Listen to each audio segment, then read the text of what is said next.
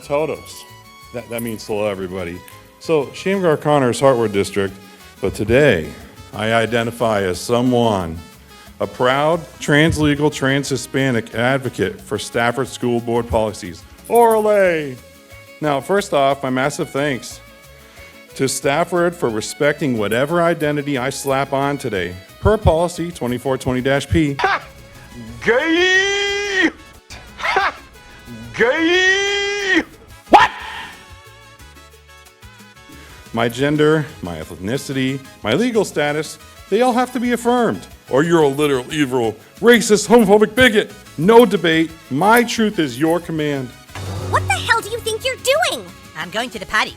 This is the girls' bathroom. All right, I need to tell you something, Wendy. I'm transgender.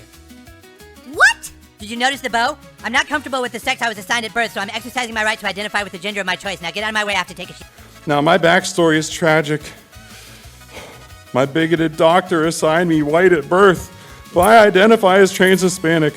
Arriba la raza, ole! Arriba la raza! Thank you, Tony. Back to you very quickly. Then my bigoted government assigned me citizen, but I identify as trans-legal. Trans-Hispanic and Trans-Illegal rights are human rights.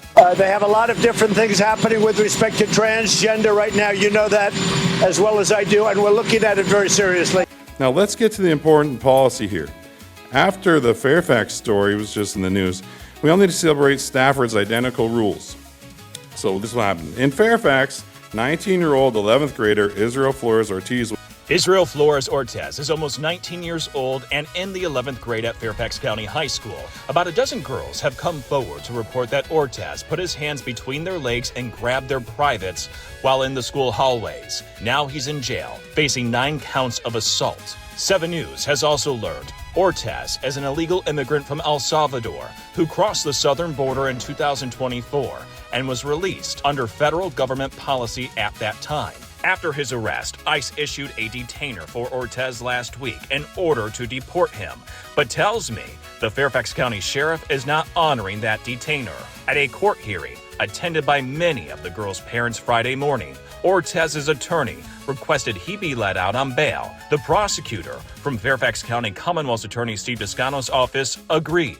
But the judge did not. After reviewing the surveillance video from the school district and in spite of the prosecutor supporting his release, the judge felt that the bail request did not properly address the public safety. The parents were relieved because they say they'd been told Ortiz would be allowed back in school if he were released. Another detail that came to light is that Ortiz has been engaging in this behavior all school year, according to the prosecutor, and nothing has been done about it until now. Was convicted on 9 of 12 counts of groping minor young girls as young as 13.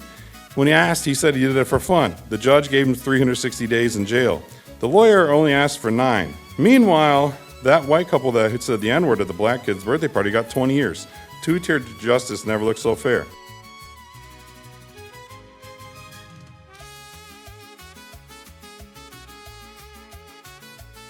But here in Stafford, it's the same deal thanks to, here's the Virginia Code. Virginia Code 22.1-5-D.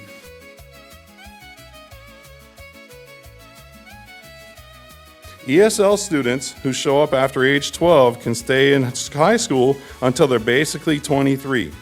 Now, we've already got over 3,800 ESL students, and so many that we hired 36 new ESL teachers last year, which was in the budget.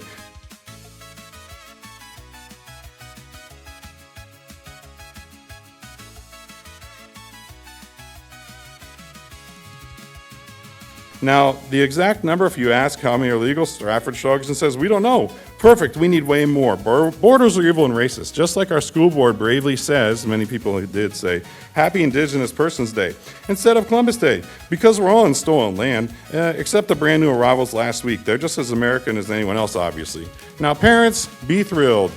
Your 13 and 14-year-olds get to experience daily cultural enrichment sitting next to 20-year-old men, grown men every day. Now that's not creepy, that's diversity, and diversity is just isn't our strength, it's our strategy. I'm planning on joining the NAACP because not only is diversity our strength, it's our strategy. Plus, since we can't validate these students' birthdays, they can lie about their age. That's why there's allegedly a female Muslim student at Colonial Forge right now who might be pushing 40. Peak inclusion. Also, remember parents that your students with disabilities and IEPs cannot attend school after they turn 21, but these non-English speaking newcomers, they get priority over your children. Sorry about it. I'm sorry that people are so jealous of me, but I can't help it that I'm popular. Now, why the push for this? Simple funding. Stafford gets about $16,000 per enrolled student from state and federal taxes. More bodies equals more cash. I know we're worried about the budget for next year, so my modest proposal is that we import $1 billion illegals in Stafford next year. That way we can open even our own Somalian leering daycares. So this is Quality Learning Center. I meant to say Quality Learning Center. Don't open They up! said they spelt learning wrong. Don't open up! Whatever it takes. Without much further ado, I give you the Derek Zoolander Center for Kids Who Can't Read Good. And we know there's no limit to how many illegal immigrants come to the country. Okay? Gracias, Stafford. Keep up the amazing work. Viva la Universidad!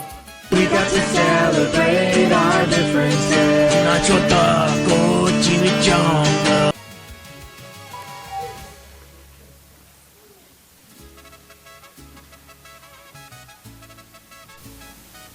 Hateful language and rhetoric, whether it's anti-Semitism or racism or anti-LGBTQ language that makes students feel like they don't belong that they are illegal or unwelcome or unwanted, has a tremendous effect on the school climate and culture, but it affects those students' ability to learn.